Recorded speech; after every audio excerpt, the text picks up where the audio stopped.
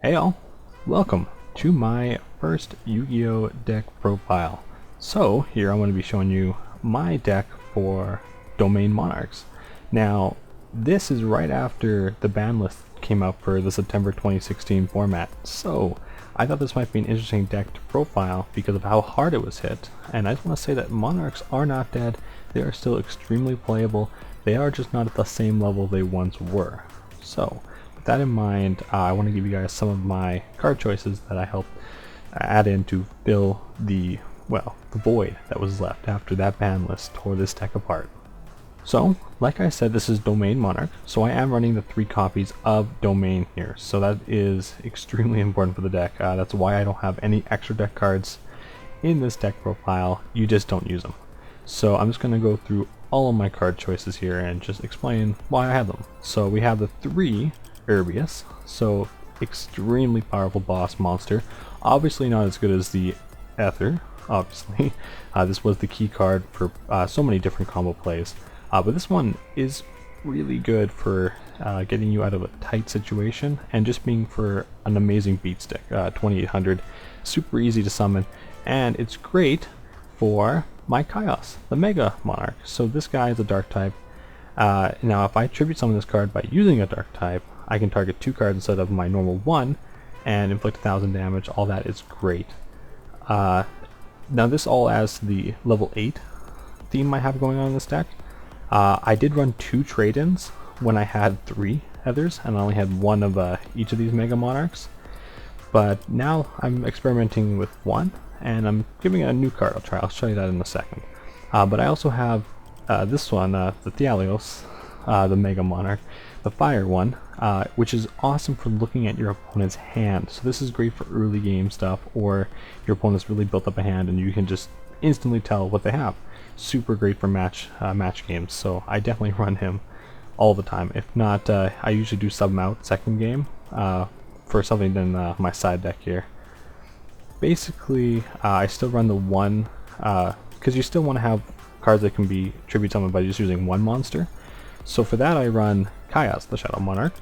Basically he is an extremely easy to bring out card that lets you target any card on the field, banish it. If it's a dark card, you deal 1000. More so I just keep this one on here, it's for the banishing effect. Great for cards that don't stop targeting and don't have a targeting negation ability. But also so that I can bring out Chaos, the Mega Monarch, a little bit easier. And these 7 monsters here are the main attackers I have on the field at all times. The rest of my monsters usually just get sacrificed out for them. So I do have 2 Karaz right now, the Light Monarch, and this is all for draw power since we lost so much draw power. I didn't actually run any Karaz in my previous deck profile of this. I never actually showed that, but I did extensive playing with that deck, and I never ran Karaz. It was always in my side deck, but I almost never sided it in. But now I feel there's definitely a need to, and I have it at 2. I'm experimenting between 1 and 3, but I definitely think you need to have at least 1 just for the draw power. Because he lets you pick 2 cards and then destroy them on the field, and whoever owned the cards get to draw a card for each card destroyed. So if you control 1, you destroy one of your opponents, you each draw 1. So it's fairly give and take. And then just as a sub-in, I have the Storm Monarch. So this is another target and then placed on top of the deck. Super handy for early game. If you can put a card back on the top of your opponent's deck, for a lot of decks right now, especially ABC, that is super. That is mega. So I still run him. I usually do tend on subbing him out depending on the deck I'm fighting to one of the vanities I have down here. Just a little word of advice. This deck is not super focused around special summoning, so Vanity's Fiend is a big player. Moving on to our lower level monsters, I still run the 3 Ideos, so they are extremely awesome. Just so you guys know, this program it still has the translation names, so I can't leave this area, but the name up here is not exactly what would be the actual name, but the actual name is corrected in the text file down here if you guys want to see that. So, my apologies. But basically I run these 3 because they work in tie, which I'm so happy that Idea, the Heavenly Knight, the Heavenly Squire, oh man, I'm reading the text now, they work in conjunction with each other, and that's really what brings you the tribute fodder for your higher level monsters here. And then I'm not going to explain exactly how this works for every different combo, but you basically want to get Idea out and then special summon Edios, giving you an extra normal summon to tribute summon one of these guys, and so on and so on. Especially a nice ability is that you can banish this card and bring back one of these, so that's pretty sweet. And then I also run 2 maxis. Even when they were a 3, I still tend to only run 2. I just feel like 3 clogs the hand a little bit too much. That might just because I'm playing more of a local style, where not a lot of people are super competitive. But I always carried the 3rd one in my side deck, but now I'm only allowed 2, so I guess I have to live with that, and it didn't really hit me too hard just to have that at 2. Alright, so moving on to our spell and traps. First off, I run 1 for 1, obviously, as we can only run 1. It's just, main purpose is just to get out an idea. So, Edia? I'm gonna call it Edia from now on. Edia. So, I'm not good with pronouncing these card names, man. I am so sorry. But Edia, yeah, the Heavenly Squire. This is the entire purpose of 1 for 1, and the entire purpose of reinforcement of the army. It is all just to bring her to your hand. It's considering that she's the only warrior type monster in this entire deck that can be used by reinforcement army. That's all because you really need to get one of these out so that you can start bringing out your higher level monarchs. So that's the whole core function of the deck, which was a lot easier way back when we had all the True Monarch support and everything. So I do still run the 1 Pantheism of the Monarchs. Extremely powerful card. I understand exactly why everybody hated it, and I will definitely run every version of this I definitely can. So luckily, Tenacity of the Monarchs did not get hit. I didn't think it would. It's definitely not one of the more powerful ones, but I still use it. So I can reveal. So I usually like to keep one of these in my hand. So I reveal 1 every time I draw a Tenacity, and I can bring any Monarch spell and trap card to my hand, which is super good for a Domain build, because you can bring Domain, more copies of it, and especially my favorite card in this deck, March the Monarchs. I definitely run 2 of these, and sometimes I even throw a 3rd one in my side deck, just because if you can stop your monsters from being targeted and destroyed by card effects, that is what's stopping a lot of the decks from taking over on the field when I'm fighting them. Just because, like ABCs and everything, there's all targeting, right? So having March the Monarchs is an insane asset to that. I still run 1 trade-in. I did have this at 2 back when I had more level 8 monsters in my deck. But trade-in, just draw 2 cards, just draw power. You want to draw into a little bit more cards to give you security, but you normally don't rely on the draw power for anything after 1 play has been successfully made. Now this is a card I've been trying out and I've actually been using a lot. Now this is one I haven't seen anybody else's deck profiling, but it's called Tribute Burial.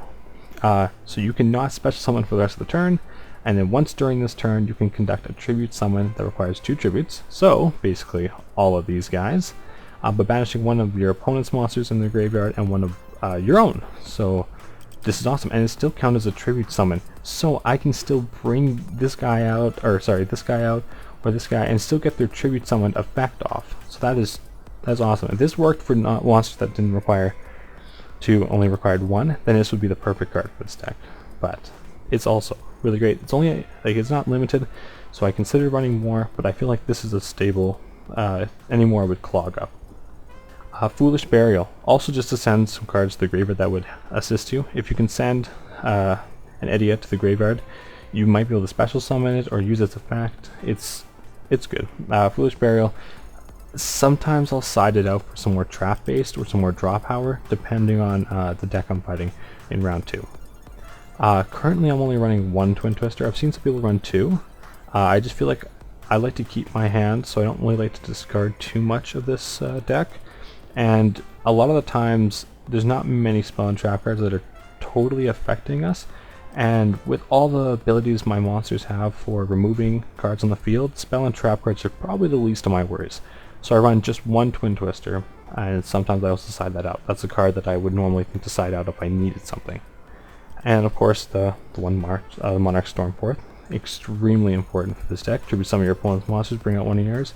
Can't get any better than that. Alright, and we have Return of the Monarchs. So I run this just so I can start getting some of the Monarchs to my hand, which is getting increasingly difficult. I didn't used to run this. It was always in my side deck, but I didn't used to run it. But since we lost two others, I thought that this needed to be put in here. And in my testing, it was definitely a major asset to keeping the combos going and keeping my hand alive.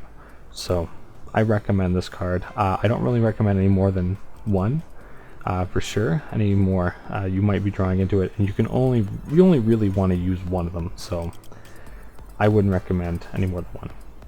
Now we also got the 3 domain, the crucial card of the deck. This is what locks down so much of so many opponents. Someone I do frequently uses a mass hero deck, and this is their worst nightmare. So I just gotta say, Domain Monarchs are still well, I would say they're actually the best build of Monarchs right now. For an actual Monarch archetype, that's probably the best way to go. And finally, traps. So I have one breakthrough skill, just with all the monster effects. If I can't find a way to negate it, because something is getting past all my defense, breakthrough skill is a major card to kind of save me from those clinching situations there. I also run one escalation of the Monarchs. Now this card, it sees itself leave and re-enter my deck time after time, and currently I am saying that I would like one of them. And now this is just because of the current format that we're in. I feel like I lose a Monarch so easily, but yet I still have the original, the Prime Monarch. I still have the Prime Monarch able to be brought out, so I'm able to revive my field during my opponent's turn. So I would only run one of these, and you would definitely need at least 2 the Prime Monarchs to feel safe running an escalation of the Monarchs, I would say. For it to actually be a useful combo piece, you're really going to want to use these in conjunction.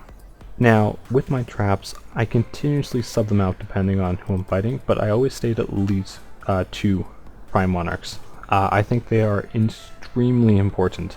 Especially, you did lose a lot of your Monarch spells that used to be able to fuel this card, but it is still extremely viable. Now, before we actually lost, before the Banlist took away some of our cards here, I did actually run this at 3, and that was a good choice. Now I run it at 2 just because of the lack of utilities I have for it. Sometimes I take out trade-in for another one, just because this is a draw power type of card as well, just for getting in your Monarch spell and trap cards. So, alright, and lastly, I just want to show you guys my side deck. So, like I said, the Vanity Fiends, I still run at 2 because sometimes I just really need to get into one of these.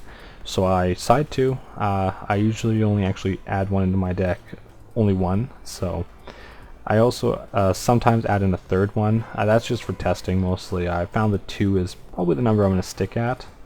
And then also effect failures, depending on the deck I'm fighting. Sometimes you really just need the hand traps that shut down your opponent's monsters. This is crucial for a lot of cards, especially with the ABCs coming out. There's so many different builds that if you can shut down the card, they lose their turn. So I highly recommend maybe considering an effect failure in your side deck.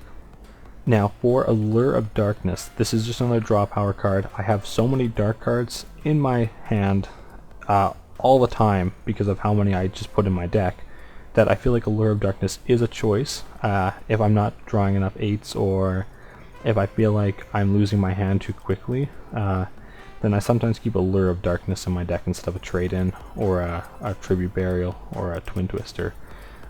Just kind of keep the deck as balanced as it normally would be. Soul Charge. This is really awesome for bringing back all of your Tribute Summon monsters. Of course, most of their effects don't activate, but most of them can be special summoned, so you can pay a lot and you get a lot back on the field. I side this only when I find times that I'm losing my entire field and I need to bring it back. So I don't normally add this in, but it's there just in case. I also add one Reasoning. That's just so I can get to monsters to use as a line of attack when I'm struggling. So Reasoning, pretty self-explanatory. You just want to get a card on the field. I still run one Upstart Goblin. I had actually 3 in my side deck for the longest time, then it got cut, and I still keep one just in case. Like I said, draw power is a major part of this. You do not want a dead hand with Monarchs, and it gotten even worse, so I just flood this thing with draw power. Lastly, these two cards, they're just for spell and trap destruction if I need it. Sometimes I'll actually just sub out this for another Twin Twister. I'm kind of stuck on it now. I like it a lot, just because you can banish it, right?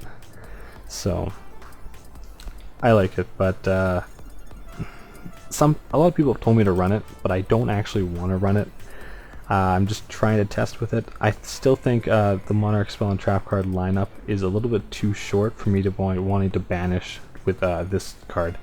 So Twin Twister might make a comeback, and I might keep the one Mystical Space Typhoon. And the final part of the side deck, we have the traps. So I still have the third copy of the Prime Monarch. Extremely useful, like I said before. I have one Solemn Strike.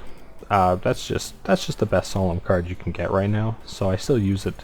I have Dark Bribes. If I'm finding spell cards and trap cards that are activating that are absolutely wrecking me, sometimes I'll throw in a Dark Bribe. This is an older card that I've always been super fond of, that's always saved me. But this is one card I don't know. That's very personal for you to want to run. It's definitely not required in this deck at all. And then I also have one Solemn Warning, just because monster summons are getting a little bit difficult to handle. So sometimes you want to stop the boss monsters, and this is a great way of doing it. In fact, I would actually say you could probably ditch one Dark Bribe for another Solemn Strike. Maybe run two. I might give that a try. But ultimately, guys, I hope you enjoyed my first deck profile. I am going to take what I've learned here and make a few more, because I'm really enjoying it. My other deck is a Cyber Dragon deck, and that is my personal deck of choice, and I can't wait till I can finish a better build of that and show you guys. And just before I end things, I just want to say suggestions and feedback are, well, they're very welcome. I would love to hear what you guys have to say about this, any suggestions. I may not include them, but I sure do appreciate them. Anything to make this deck a little bit better, and any cards that are coming out that you guys think might assist this deck a little bit better. I really try to stay up with some of the support cards for this style of deck, but there's just so many cards, and if you guys know of anything, I will definitely take that into account. So I thank you very much for watching. I hope you enjoyed, hope you learned a little bit, hope you can take my opinions and maybe apply them to some of your Monarch decks, and I hope to catch you in the next one. As always, peace.